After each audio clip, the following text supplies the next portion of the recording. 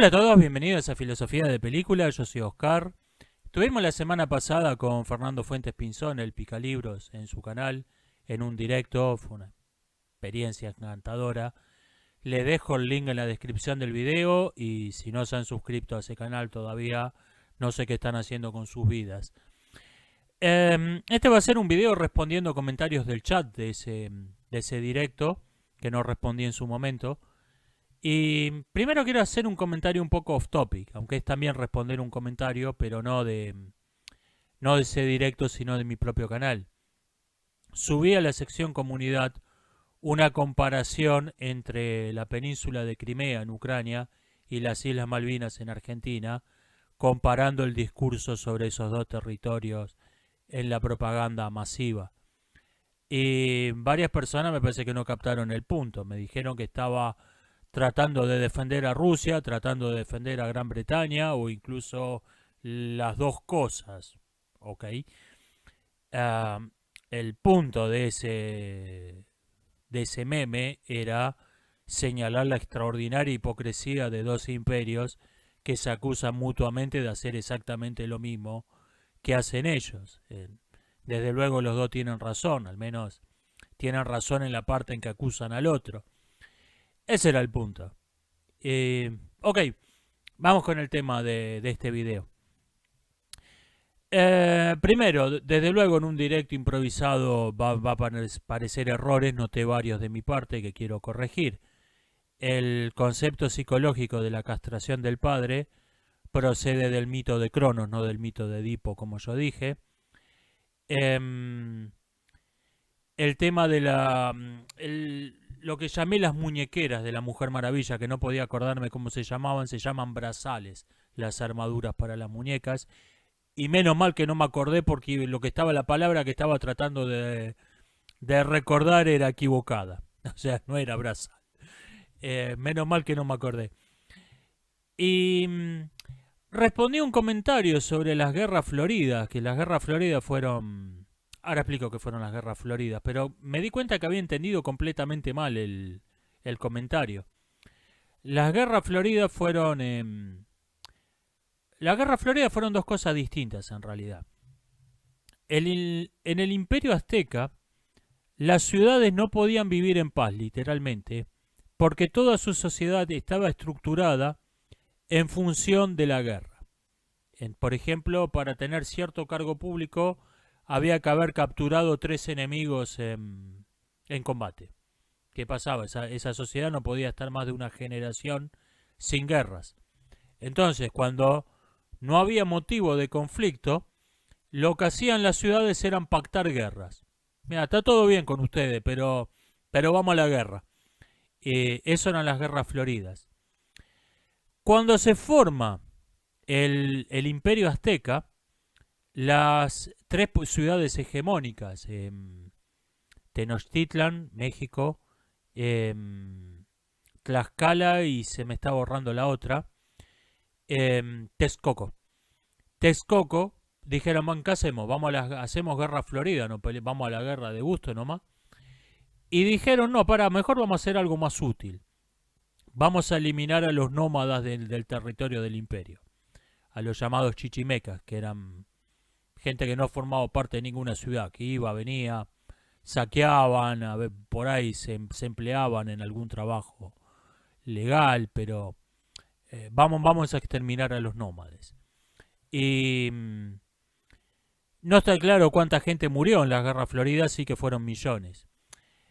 Y bueno, esto era yo comenté que a un comentario fue que alguien decía que yo dije que estaba de acuerdo con un comentario porque lo había leído mal. Lo que realmente dice el comentario es que las guerras floridas no fueron un genocidio, según el profesor de quien comentó ese posteo, porque no existía la palabra genocidio en esa época. Ah, buenísimo. O sea, el problema no es asesinar a millones de personas, el problema es que nadie lo llame con un nombre feo. Ah, déjame adivinar la ideología política de su profesor, a ver si la... Ah, yo dije que estaba de acuerdo porque lo había entendido mal, había entendido que que lo que esta persona afirmaba que la Guerra Florida fueron un genocidio.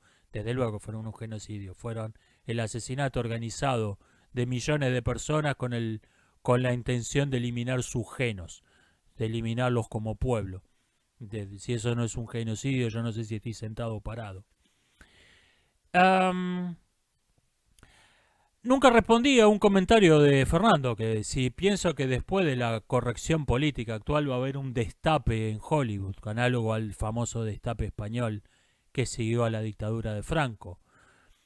Yo creo que no, porque es otra cultura. Los norteamericanos son protestantes y tienen no tienen esa ética típicamente católica de yo peco, total, mañana de todo modo me tenía que ir a confesar, así que sumo un pecado más que me hace.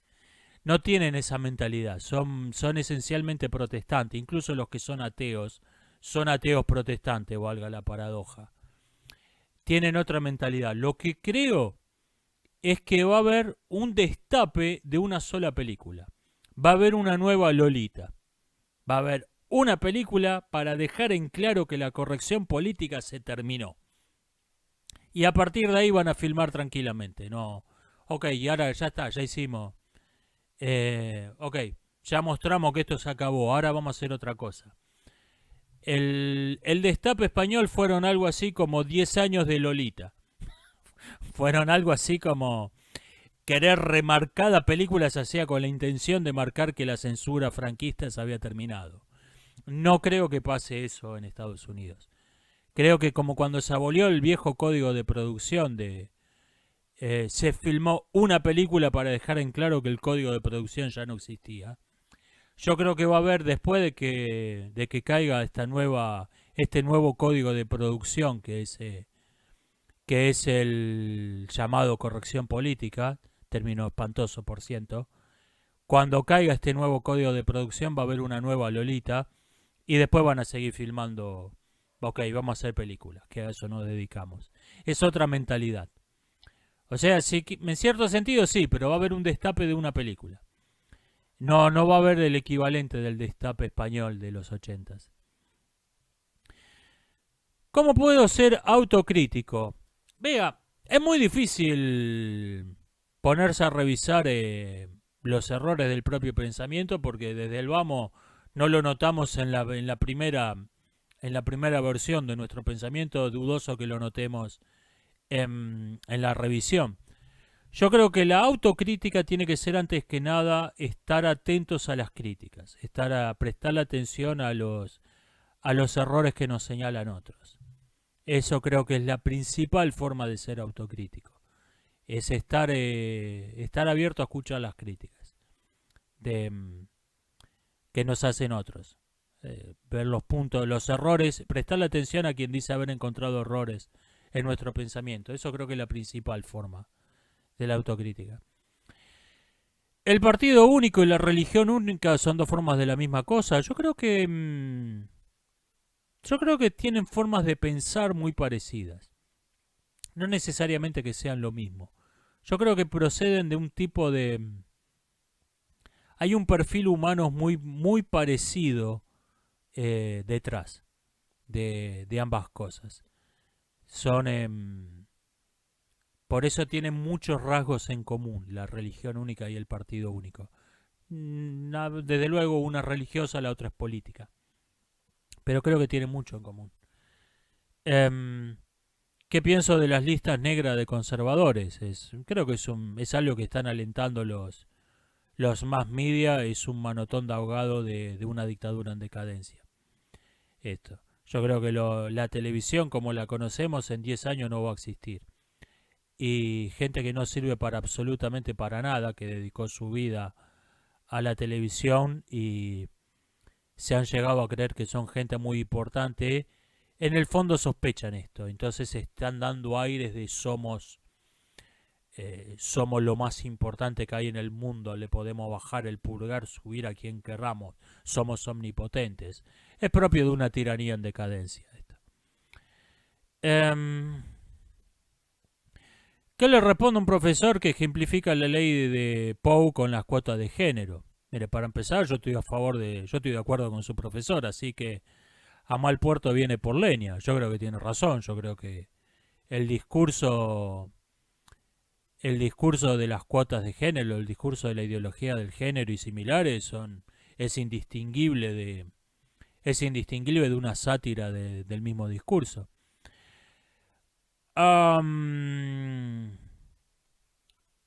Si tuviera que argumentar en contra, buscaría contraejemplos.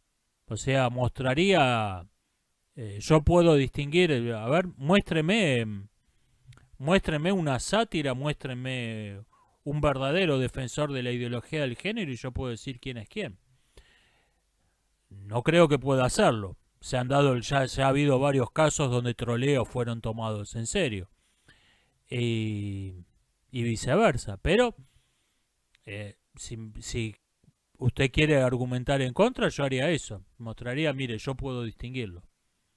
Suerte con eso, pero es el modo que me parece que se podría refutar eso. ¿Por qué soy ateo? Porque no creo que exista ningún Dios. ¿Por qué no soy cristiano si soy conservador? Porque no creo que exista Dios. No es una cuestión política. Me señala en un comentario interesante un amigo.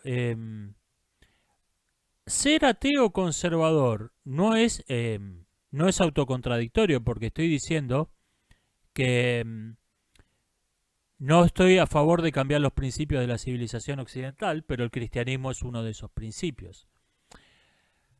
Yo creo, es interesante objeción esta, yo creo que lo que es fundamental en la civilización occidental son los principios éticos del cristianismo, no el cristianismo como religión organizada, digamos la Iglesia Católica. La Iglesia Católica podría tranquilamente dejar de existir y eso no afectaría al trasfondo de la ética cristiana de nuestra civilización, la desaparición de esa organización. De hecho, hoy en día esa organización tiene poco o ningún contacto con la ética cristiana, o sea que ya diría que es el caso. Alguien me pregunta si soy un ateo cristiano, o sea, una persona que no cree que Dios exista, pero sí cree que Jesús de Nazaret era hijo de Dios. No. Hay un problema con todo esto, hay un problema de fondo en esto, que los términos ateo, creyente, religioso, cristiano, se han usado en muchos sentidos distintos a lo largo de los años. Y esto terminó creando una maraña de contradicciones que lleva a expresiones mutuamente contradictorias como ateo cristiano, que es un cuadrado redondo, un ateo cristiano, es una contradicción en términos. Y esto ocurrió porque había un perfil de persona, había un perfil del creyente, un perfil del ateo que era indistinguible, era separable, no indistinguible, era separable de sus creencias religiosas o la ausencia de sus creencias religiosas. Y yo creo que ese ya no es el caso. Entonces, hay que usar las palabras por su definición literal y nada más, y no entrar en estas cosas extrañas del ateísmo cristiano y similares. De hecho, creo que habría que inventar una palabra nueva para referirnos a quienes no creemos en Dios, porque el término ateo está tan manipulado que ya no sé qué significa. Yo lo uso en el sentido estrictamente literal, para cuando me refiero a mí, pero creo que habría que inventar otra palabra que signifique simplemente una persona que no cree en la existencia de dioses. Y sobre todo esta cuestión del perfil, de todo el trasfondo ético, político, filosófico, hay una cuestión que señalaba Nietzsche. Nietzsche distinguía el superhombre de Dios. Superhombre es un término que inventó Søren Kierkegaard para agrupar un montón de personajes semi-históricos, semi-legendarios. El santo, el prócer, el héroe, etcétera. Una serie de personajes que están a mitad de camino de ser históricos, de ser legendarios. Los agrupó todos como el superhombre. El superhombre es un ideal de hombre, es lo que debe ser el hombre. Es un, es un modelo para... Es como el primer violinista que da la nota para que todo el mundo lo afine en el tono. Y Nietzsche decía que hay otra clase de ideal de hombre que es Dios. Dios no es un superhombre, porque Dios no se puede imitar, Dios es un ideal inalcanzable. Nosotros no nos podemos convertir en Dios. Entonces, la función del Dios, decía Nietzsche, es distinta y hasta opuesta de la del superhombre. Dios se inventa para humillar a los hombres. El ideal de Dios se inventa para, no para dar un modelo, ustedes tienen que ser como esto, que eso es el superhombre, sino para humillar. Nada de lo que ustedes hagan importa, es insignificante al lado de Dios. Nada tiene importancia, nada tiene valor y nunca van a hacer nada que tenga importancia, nada que tenga valor.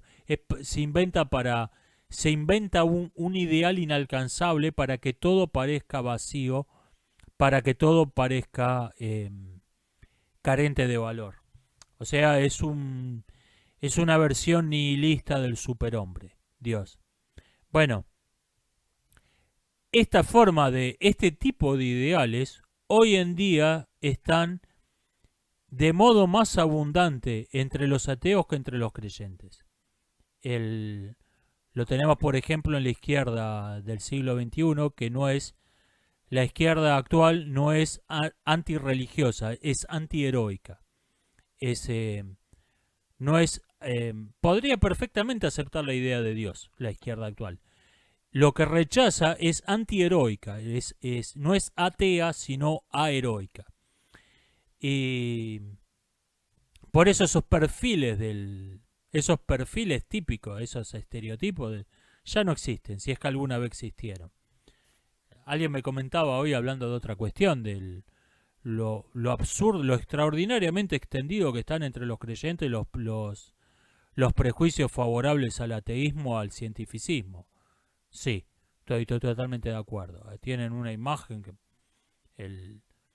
el ateo, como tiene la imagen la imagen que tienen de sí mismos los fundamentalistas ateos como gente de mentalidad, brillantes, inteligentes, luminarias de mente científica. Los únicos que se lo han creído son los religiosos. Tienen ese prejuicio favorable totalmente injustificado. Me dicen que los fact-checks son el mejor modo de difundir un bulo. Sí, es muy común esto. Esto forma parte de una técnica de propaganda que es la multiplicidad de fuentes aparentes. Esto ya lo hacía el Ministerio de Propaganda nazi. Aparentar que la información te está llegando de varias fuentes independientes cuando no. Estás escuchando siempre la misma fuente. Alguien recomienda el libro Cómo mentir con estadísticas. Lo recomiendo yo también. No lo he leído, pero vi una conferencia del autor muy divertida. Está en YouTube. Dejo también el link en la descripción. Me dicen que otra forma, una falacia muy común con estadísticas es creer que todo es una campana de Gauss. O sea, que todo tiene una distribución normal. ¿Es verdad? Esto es muy común, esta falacia. Hay una anécdota famosa con este asunto que se cuenta de varios economistas y de varios políticos, así que seguramente es falsa la anécdota, pero la anécdota es esta. La gran figura política va a dar un discurso a una universidad donde entre el público está el gran economista famoso. Y el gran político dice, el gran líder político dice, este año el parque automotor se ha igualado al padrón electoral. Eso quiere decir que el norteamericano medio tiene un automóvil. Bien, lo aplauden. Y sube después que él, el economista famoso, y dice, este año en nuestra universidad la matriculación femenina por primera vez en la historia igualó a la masculina. Y comenta, eso quiere decir que el estudiante promedio tiene una teta y un huevo. O sea, Esa es la falacia de creer que todo es una campana de Gauss, que todo tiene una distribución normal. La anécdota seguramente es falsa, pero ilustra de maravillas esta falacia. ¿Cuál creo que es la película más sobrevalorada y la más infravalorada? La más sobrevalorada, Matrix. Creo que es una película que está extraordinariamente sobrevalorada, no tiene una buena historia, los efectos especiales no fueron revolucionarios en contra de lo que cree mucha gente. Las actuaciones dejan bastante que desear. Es una película que está increíblemente sobrevalorada. De hecho, se había estrenado el año antes, se había estrenado Dark City, una película que tiene una premisa prácticamente idéntica. De hecho, Matrix estuvo a punto de suspenderse porque Warner Brothers pensaban que la gente le iba a ver como una película B de Dark City. Irónicamente, mucha gente ve hoy a Dark City sin ver la fecha de estreno, la ve y cree que es una película B de Matrix. Y Dark City me parece una película incomparablemente superior a Matrix.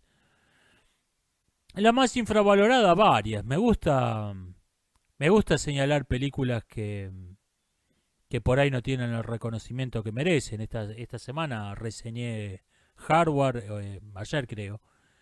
Otras que he reseñado, The Empty Man, he mencionado Quinteto, Stay, Quédate. Me gusta señalar películas. Che, denle un vistazo a esto, que esta película no es una más del montón. O sea, varias. ¿Qué pienso de Metrópolis? Gran película. No. Era muy fan en otro tiempo, ahora hace rato que no la veo a Metrópolis. Me gusta una restauración que habían hecho en los 80 cuando antes de que el, se encontrara una copia completa en Buenos Aires.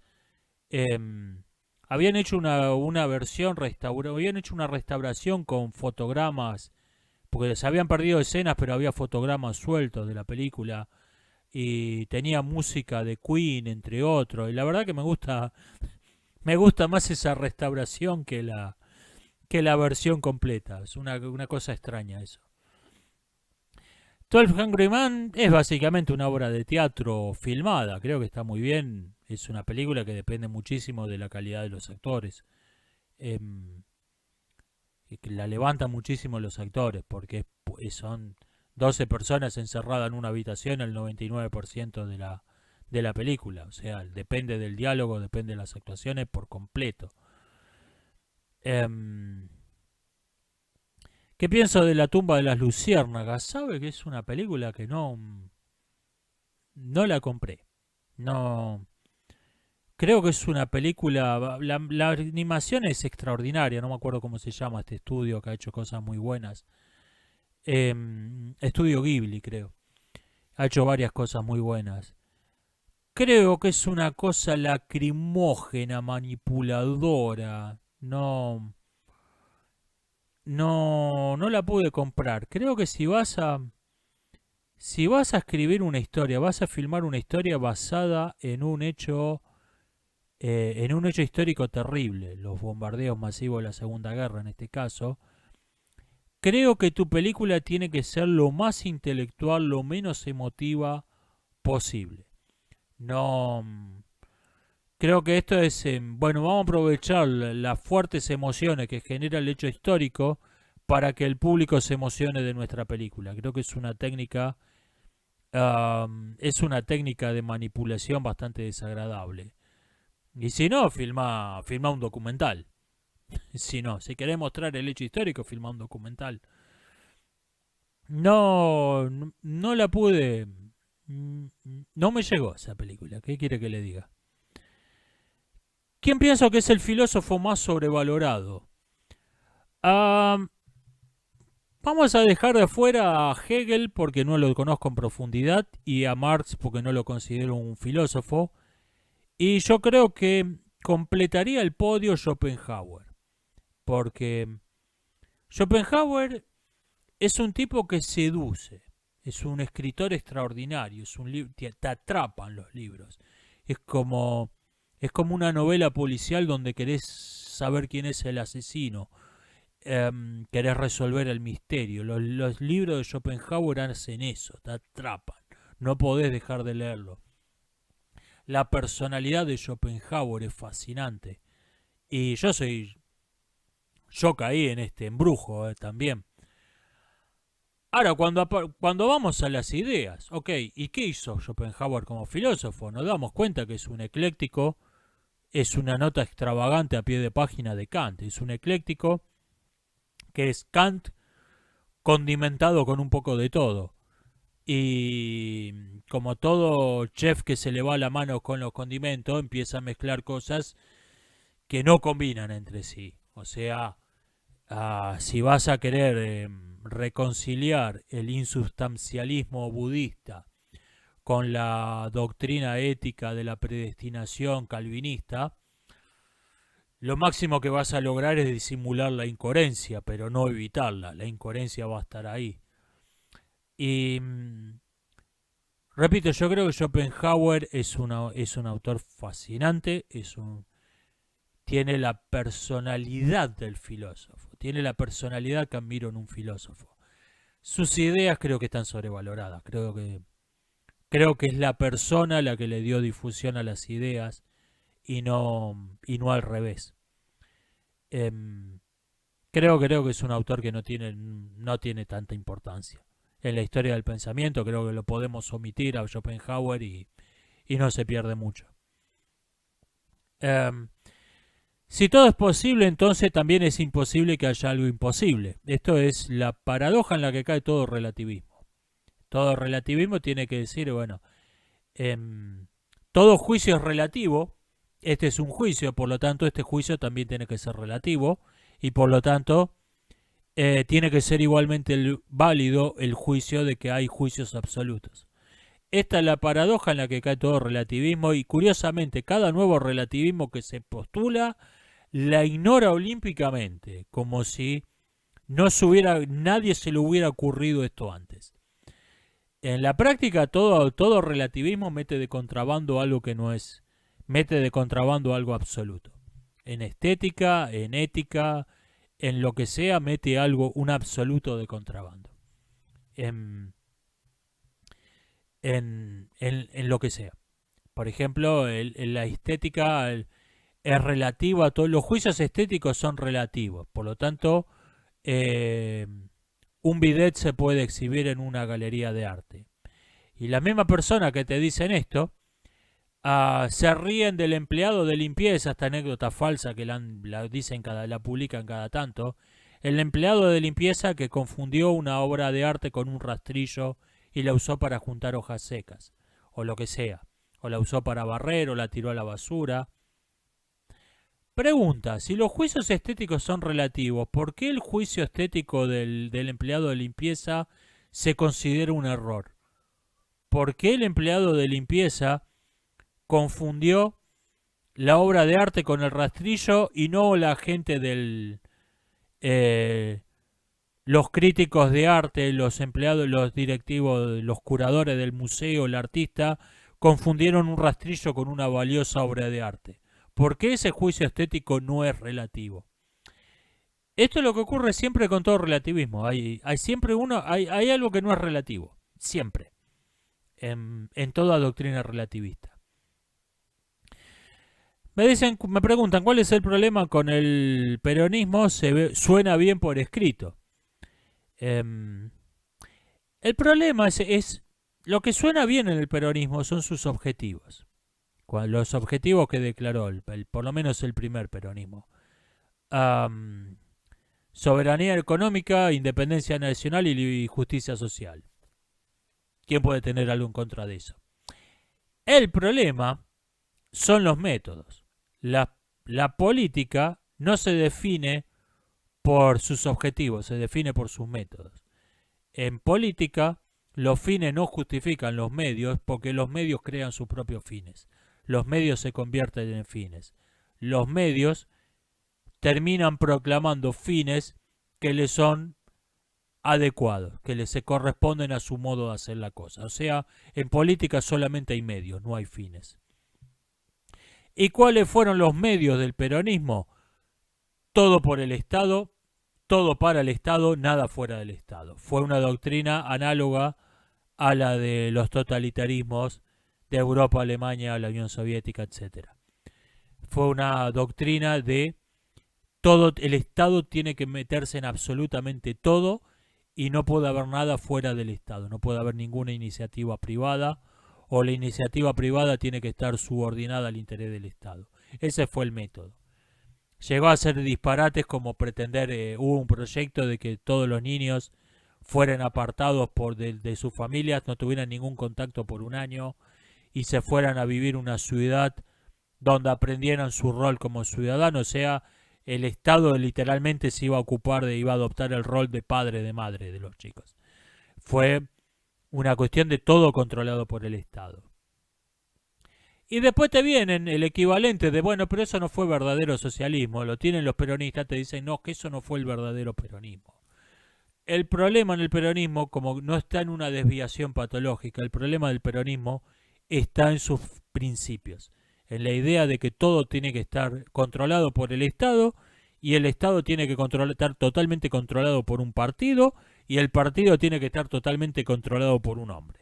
Ese es el principio fundamental del peronismo y no podía salir de ahí otra cosa que lo que salió. Repito, lo que suena bien son los objetivos. El problema es que esos objetivos no tienen ninguna importancia en el mundo real. Ese es el asunto. Hablando del tema de mujeres atractivas, me preguntan qué pienso de Wichita de Zombieland. Ese es un buen ejemplo que no se me ocurrió del tipo de mujeres que no quiero por nada del mundo en la vida real, pero que me resultan seductoras en la ficción. Sarah Connor, Ellen Ripley de Terminator 2. Estos dos personajes, ¿sabe qué tienen de por qué generan empatía y sus 10 millones de clones no? Porque tienen, aunque son personajes bastante masculinos, tienen un rasgo femenino central. Están movidas por el instinto maternal, las dos. Sarah Connor proteger a su hijo y Ellen Ripley proteger a esta niña huérfana que virtualmente ha adoptado. Eso es lo que resulta empático, lo que le pega al público. No existen sus 10 millones de clones y por eso son insufribles esos personajes. ¿Qué pienso de Natalie Portman? Es un buen ejemplo de cuánto le aporta la genética al atractivo. Natalie Portman es una persona horrible en la vida real y los personajes que hacen ficción son patéticos, son literalmente patéticos. Yo nunca podría enamorarme de alguien que me dé lástima. La bailarina del Cisne Negro, la bióloga de Aniquilación, la princesa Leia de Mesa de Saldos, de Oliver y Guarde. Yo nunca me enamoraría de alguien que me da lástima. Es una mujer muy bella, ¿qué le vamos a hacer? La naturaleza es generosa a veces con cualquier persona que no lo merece, pero... Y Gina Carano, de Oliver y Guarde. No, Gina Carano es un... A ver, esto no tiene nada que ver con la injusticia de su despido ni con ninguna otra cuestión. Es una persona puede tener... A ver, en las ideas políticas de una persona hay una capa superficial y una cuestión profunda. Y una persona puede superficialmente votar más o menos a la misma persona que voto yo o que votaría si fuese norteamericano yo. Y en el fondo estar en las antípodas. Gina Carano es la encarnación de una visión típica del feminismo donde la mejor mujer es la que menos lo parece. Lo femenino es despreciable, por lo tanto, cuanto menos femenina sea una mujer, mejor. No importa que Gina Carano no sea feminista, que la feminista la odien. Esto es lo superficial. En el fondo, es la viva personificación de esa estética, de esa ética. Para empezar, una mujer no puede tener Ni aunque esté 12 horas al día en un gimnasio, una mujer no puede tener esos músculos sin inyectarse hormona masculina. Simplemente no es natural eso. Em, repito, esto no tiene nada que ver ni con la libertad, cada uno haga con su vida lo que quiera, tiene tanta libertad como yo como tengo yo para decir que no me gusta lo que decidió hacer con su vida, y no tiene nada que ver con la injusticia de su despido. Esto. Em, creo que no me agrada Gina Carano como ideal estético, no me agrada que se la ponga, que se ponga de ejemplo de lo que tiene que ser una mujer a una mujer que no podría ser lo que es si no se inyecta hormonas masculinas. No me agrada. I hate purity. I hate goodness. I don't want virtue to exist anywhere. I want everyone corrupt. ¿Escribí o pienso escribir algún libro? Pienso escribir, voy a estar publicando el mes que viene un ensayo y pienso, pienso escribir varios ensayos y después compilarlos en un libro físico. Voy a empezar el mes que viene seguramente con el primero, que es un ensayo largo, 8.000 y pico de palabras, o sea, va a quedar un libro breve en sí mismo. Estoy en eso. La respuesta breve, estoy en eso.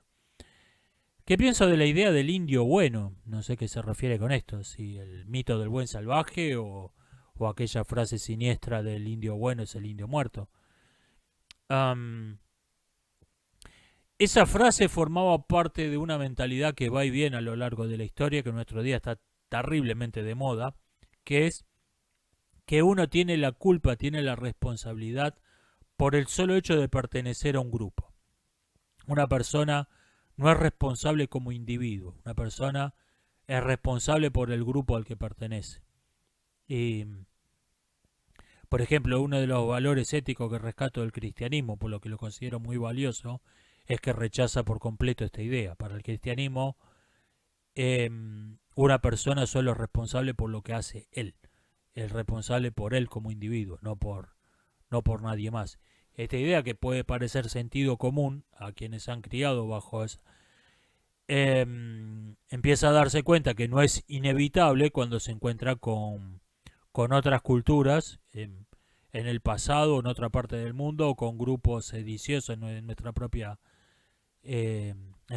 civilización que no comparten esa idea, que comparten vos tenés que, por ejemplo, vos tenés que pagar una indemnización por tu color de piel, tenés que recibir una pena por tu sexo. Es ahí cuando te encontrás con estos grupos subversivos que no la aceptan, esta idea, te das cuenta que no era inevitable, que en algún momento se le ocurrió a alguien y alguien la estableció. Ese alguien fue la religión cristiana. Lo que pasa es que después estas ideas pierden el fundamento religioso que tenían.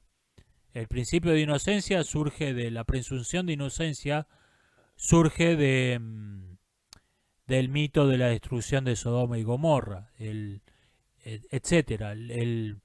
La responsabilidad del individuo está muy vinculada a la fábula del buen samaritano. O sea, lo que pasa es que después pierden el fundamento religioso estas ideas, y ahí es donde simplemente se convierten en sentido común. Y hasta que te encontrás con alguien que no tiene el mismo sentido común, no te das cuenta que no era inevitable. Que esas ideas en algún momento alguien las pensó y se establecieron por algo. ¿El cinismo es un síntoma de decadencia de una sociedad? Puede serlo. Puede aparecer en varias circunstancias el cinismo, no necesariamente. Puede ser incluso algo bastante saludable. Y puede aparecer también en la decadencia. ¿No? O sea, no lo tomaría como un criterio claro. ¿Qué pienso de la leyenda negra española? Es un tema del que se ha hablado mucho. Yo quiero señalar un punto. Yo creo que se está creando en nuestros días una leyenda blanca española, que surge como una especie de ibris heracliteísta, surge de una desmesura, se pasa a la desmesura opuesta. Y yo creo que eso está pasando. En nuestro día tenemos una leyenda blanca española, donde te dicen que en el Imperio Español, o sea, la comunidad hippie ya no fueron los indios, sino que fue el Imperio Español. La comunidad hippie donde no sabían lo que era la guerra, no había discriminación racial, era la comuna hippie ya no fueron los pueblos originarios, fue el Imperio Español. ¿Viste? Bueno, esa es la leyenda blanca. Y ha habido otros casos donde a la leyenda negra le sigue una leyenda blanca. Un profesor mío le llama democracia no liberal a regímenes como el de Cuba, el de Corea del Norte, etcétera. Ajá. Yo tengo un perro no canino. Es un perro que no ladra, que no corre los autos, sino que maulla, se trepa a los árboles y ronronea. Es un perro no canino.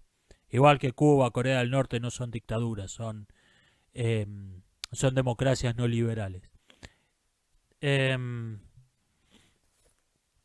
capitalismo marcha a un neofeudalismo? Es muy probable. El feudalismo es el tipo de organización social que se forma en donde no hay ninguna organización social. Por eso es el régimen social que existe por defecto. Por eso es exactamente igual en la Europa del siglo IX, en la China del siglo VII a.C., en la Grecia de la Edad Oscura. Es exactamente igual en todas partes porque las características del feudalismo no están dadas por la cultura, no están dadas por la religión, están dadas por la ausencia de todo rasgo cultural. Es la forma de organización política que existe por defecto, el feudalismo. Y yo creo que esa forma está apareciendo en nuestros días como feudalismo corporativo. Esto lo vimos la idea central del feudalismo es la ausencia de legitimidad. Entonces hay gente que tiene un poder de hecho, lo que sea, y alguien más poderoso te dice, mira, en vez de destruirte y quedarme con lo que vos tenés, te voy a reconocer siempre y cuando vos te sometas a mi poder. Ok, es negocio para los dos. Entonces se forma lo que se llama la pirámide feudal. Gente que tiene algún poder, que explota a la gente que tiene a su cargo, que se someten a un poder mayor, y un poder mayor, y un poder mayor. Se forma una pirámide, donde al final el rey que gobierna un territorio en realidad gobierna 5 tipos. Lo que pasa es una especie de fractal social. Eso lo estamos viendo en nuestros días con las corporaciones. Lo vimos, por ejemplo, en esta empresa de combustible que la hackearon hace unas semanas, y su primera reacción, lo que le salió naturalmente, instintivamente, o sea, no algo planeado, premeditado, fue vamos a negociar con los criminales. O sea, como si fuesen poder legítimo, poder ilegítimo, todo lo mismo. Ok, ustedes tienen el poder de nuestra... tomaron nuestras computadoras, queremos que nos la devuelvan, ¿qué quieren? ¿Dinero? Ok, les pagamos. Devuélvanos, aceptamos, está todo bien. O sea, negociaron con los criminales como si fuesen una organización perfectamente normal, perfectamente legítima. No pidieron una reunión de emergencia con Biden, no hablaron con el FBI. O sea, su primera reacción fue ir a negociar con los delincuentes. Esa es la mentalidad de una época feudal.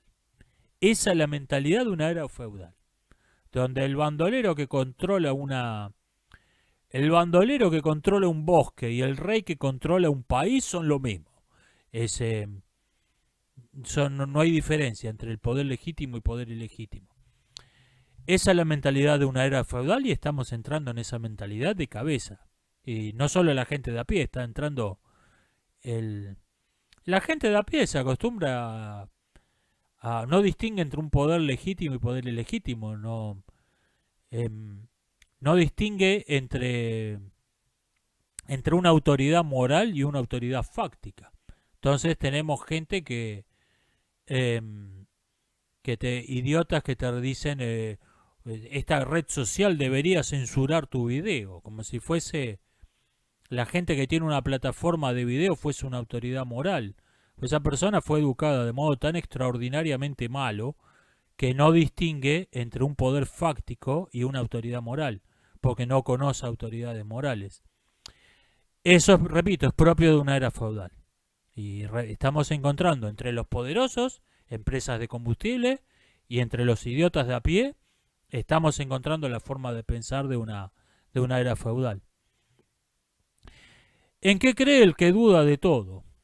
El que duda de todo cree en su propia duda. Valga la... no es lo mismo ser escéptico que ser nihilista. El nihilista está convencido de algo, está convencido de que nada tiene valor. Y eso es una creencia, y es una creencia que necesita un fundamento muy fuerte. O sea, cree en algo, lo que pasa es que cree en algo perverso. El escéptico, el que duda, se da cuenta más tarde o más temprano que, ok, dudo de todo, pero dudo más de unas cosas que de otras. Dudo de, no sé, detrás de este estante de libros puede haber insectos, que no los estoy viendo, puede que no, puede haber un elefante, no lo estoy viendo, puede que no, pero creo más probable que haya insectos sino que haya un elefante. Entonces, hay un grado en la duda, hay un grado en la creencia. Y este es el fundamento de un escepticismo racional. Dudo de todo, no creo nada, no hay ninguna verdad tallada en piedra por un Dios, pero no dudo de todo en la misma medida. Esta es la característica de un pensamiento crítico, de un pensamiento escéptico. ¿Soy minarquista o republicano? Las dos cosas. O sea, ¿prefiere el helado de chocolate o la música de Vivaldi? No hay exclusión entre una cosa y otra. Creo que el Estado tiene que ser reducido, tiene que ser limitado, que las empresas tienen que ser limitadas, que las familias tienen que ser limitadas, que la propiedad tiene que ser limitada, que todo tiene que estar limitado. Desconfío de todo lo que es demasiado grande porque yo soy pequeño. Entonces, no quiero que haya nada en el mundo que me pueda aplastar como una cucaracha sin ni siquiera verme. Sin ni siquiera darme que estaba ahí. Darse cuenta de que estaba ahí, darse cuenta de que me aplastó. No quiero que haya nada demasiado grande porque yo no soy demasiado grande. Porque yo soy pequeño. Y entre esas cosas, no quiero un Estado demasiado grande.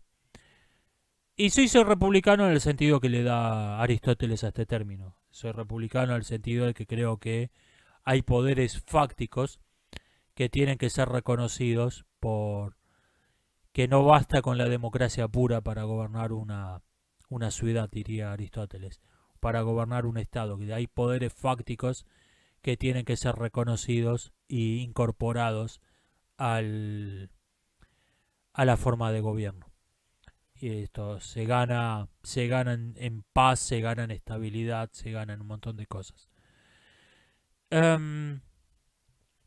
¿Cómo distinguir la verdadera moral de una pseudo moral? Hay una regla práctica que daba Kant que dice que toda falsa moral incurre en una autocontradicción. Toda falsa moral incurre, en algún momento afirma lo que había negado en el primer principio. Por ejemplo, alguien que defiende el infanticidio diciendo que eso va a reducir el crimen. ¿Y por qué te interesa reducir el crimen? Bueno, porque matar gente está mal. O sea, matar gente está bien porque matar gente está mal. En algún momento toda falsa moral incurre en autocontradicción. Toda falsa moral dice blanco y negro al mismo tiempo. ¿Con qué escuela filosófica siento más afinidad? Con la de Antístenes en la antigüedad. Me agradan los antisténicos o cínicos en el sentido filosófico del término. Lo que pasa es que hoy no podés ser antisténico. Estamos en el siglo XXI, tenés que ha pasado mucha agua bajo el puente. Podés serlo en espíritu, en el mismo sentido en que Ortega decía que el único modo de ser cartesiano en el siglo XX era hacerlo en contra de Descartes. Y Yo creo que para ser antisténico en el siglo XXI hay que ir en algún punto hasta ir en contra de Antístenes y hay que hacerlo en espíritu, no en las ideas. ¿Qué pienso de la llamada deconstrucción de los géneros cinematográficos? Yo creo que muchas veces lo que se hizo fue, por ejemplo, con el tema de los villanos, con el tema de, con la excusa de, bueno, vamos a hacer algo más interesante, que no sea blanco, negro, el bueno, bueno, enfrentándose al villano malo, malo. Lo que se hizo realmente fue mezclar, a ver, si me dicen eso, bueno, vamos a hacer una tragedia de Shakespeare, donde los personajes no tienen, son moralmente ambiguos, son psicológicamente complejos. Ok, pero lo que se hizo realmente fue empezar a confundir el bueno con el malo y hasta que terminó en estas porquerías de estos últimos años donde los villanos son el personaje central. Eh, Terminó en un elogio del villano esto. Eso fue lo que ocurrió en la realidad. No es más profundo, no es más interesante, es simplemente moralmente desatinado lo que se hizo en la realidad. Um, ¿Es racismo que se considere que para filmar una película sobre el racismo tiene que tener un director negro? Esto es, por ejemplo, esto es un buen ejemplo de falsa moral que termina en una autocontradicción.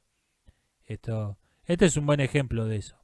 El, el rechazo del racismo termina en el racismo y viceversa. Es blanco-negro todo junto, en este caso literalmente blanco y negro. Este es un buen ejemplo de falsa moral. Este es un buen ejemplo de falsa moral, el rechazo, el discurso antirracista, en el sentido que se le da actualmente a ese término. El antirracismo, en el sentido que se le da hoy a ese término, es una falsa moral de libro, de lo que decía Kant, toda falsa moral implica una autocontradicción.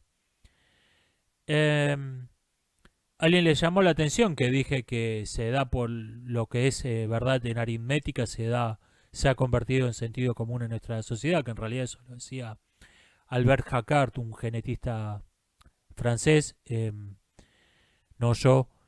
Y o sea, me preguntan, ¿quiere decir que algunas ideas son verdad en un campo y no lo son en otros? Sí, sin duda. Esto es lo que caracteriza al pensamiento complejo, al pensamiento elaborado, que toda verdad tiene un campo limitado. Em, los refranes populares, como todo lo que sube baja, son al mismo tiempo leyes de la física, teoría política, consejo ético, y en realidad esto te lleva a un pensamiento superficial, un pensamiento propio. El, Cuando alguien formula una ley en biología, una ley en física, esa ley está limitada, tiene un campo de acción limitado. Esto es verdad en física, esto es verdad en biología. Y esto muchas veces no se entienden, de ahí aparecen estos disparates de la medicina cuántica, charlatanerías por el estilo, o el darwinismo social, que están tomando teorías que tienen un campo de acción limitado a la física, a la biología, como si fuesen refranes populares, como si fuesen todo lo que sube baja. Sí, toda verdad tiene un campo, toda verdad está limitado a un campo. ¿Qué pienso de quienes dicen que China es más afín a regímenes de ultraderecha que no a un país comunista? Tiene su parte de verdad. De hecho, China tiene políticas fascistas que llama con el eufemismo de capitalismo de Estado, que por cierto es una estupenda definición de lo que es el fascismo. Pero también conserva muchos rasgos de colectivismo comunista. En realidad es un régimen totalitario. En el fondo son todos más o menos lo mismo. Uh, ¿Qué diferencia hay entre una polémica científica y una filosófica? La filosofía progresa en las preguntas, no en las respuestas. Porque en realidad nunca hay una respuesta, no hay un modo de decidir de modo categórico una cuestión filosófica como lo hay de definir, de decidir una cuestión científica. Digamos la forma de la Tierra. No hay nada que se pueda medir, contar o pesar. Por ejemplo, un vaso de agua por la mitad está medio lleno o medio vacío. Uno no puede ir y medir cuánta agua hay en el vaso, medir el volumen del agua y sacar a la conclusión que ese es el 50% del volumen del vaso está lleno de agua, porque esa no era la pregunta. No respondés a la cuestión midiendo una cosa. En cambio, si alguien dice yo creo que ese vaso tiene más de la mitad, tiene menos de la mitad, eso es una cuestión científica y la podés decidir midiendo el volumen del vaso y viendo qué porcentaje del volumen del vaso está ocupado por agua y ver si es más de la mitad, menos de la mitad. Eso es una cuestión científica. Lo que pasa en filosofía es que en algún punto alguien te dice, bueno, pero la cuestión de fondo, la pregunta interesante no es si el vaso está medio vacío o medio lleno, sino, o sea, la filosofía avanza no de respuesta en respuesta como la ciencia. Las respuestas a la pregunta previa en ciencia se convierten en postulados para una nueva teoría, se va generalizando. Verdades particulares se van convirtiendo en verdades generales. Este es el progreso científico. En filosofía hay una generalización de las preguntas. Las preguntas dan pie a preguntas más interesantes y más generales, y estas a otras y estas a otras. La filosofía avanza en las preguntas, no en las respuestas. La homosexualidad está mal, me preguntan. Tema espinoso y sobre todo para tocar en YouTube esto. Para empezar, no me gusta el término homosexualidad porque presupone una interpretación de un hecho. Siempre uso el término homosexualismo, que es un comportamiento.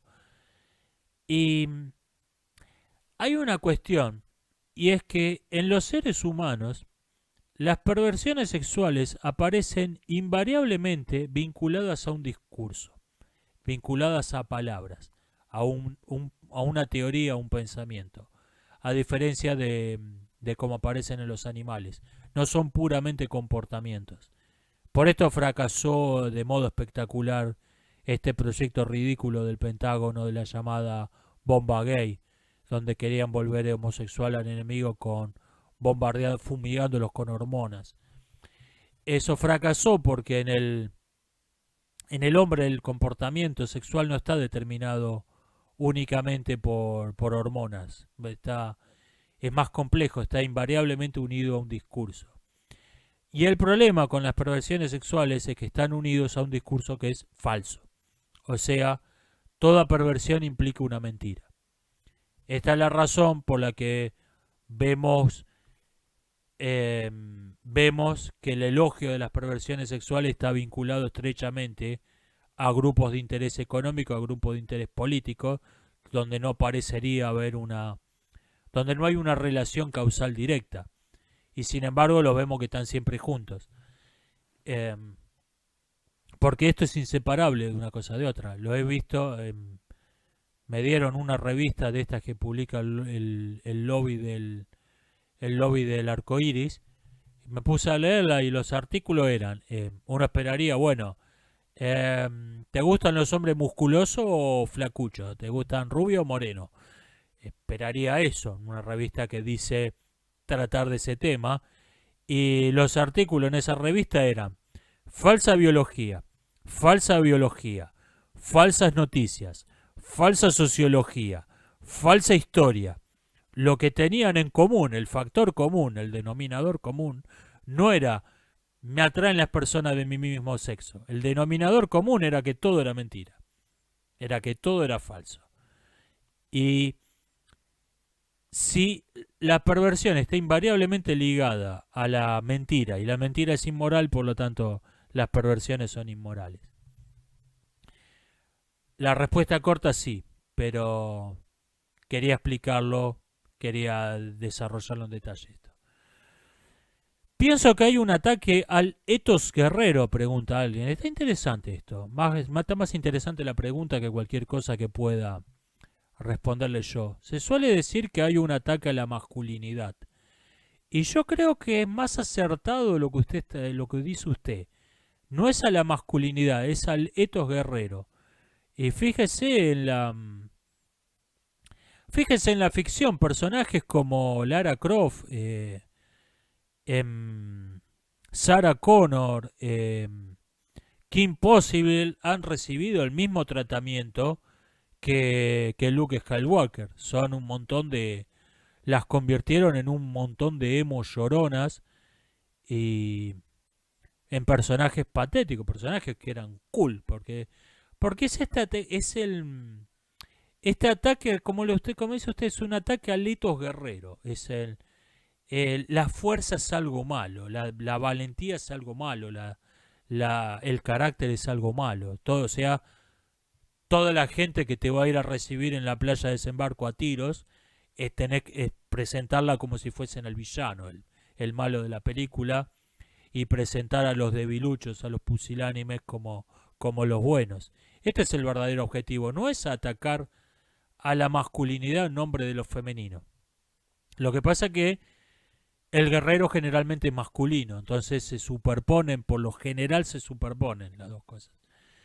Fíjese el caso de Gina Carano que mencionábamos antes, no les cae muy simpática, tampoco. No por ser mujer se salvó. Es un ataque al ethos guerrero. Yo creo que sí, que esto es lo que está ocurriendo en el mundo de hoy. Y esto ha sido todo. Nos estamos viendo. Hasta la próxima.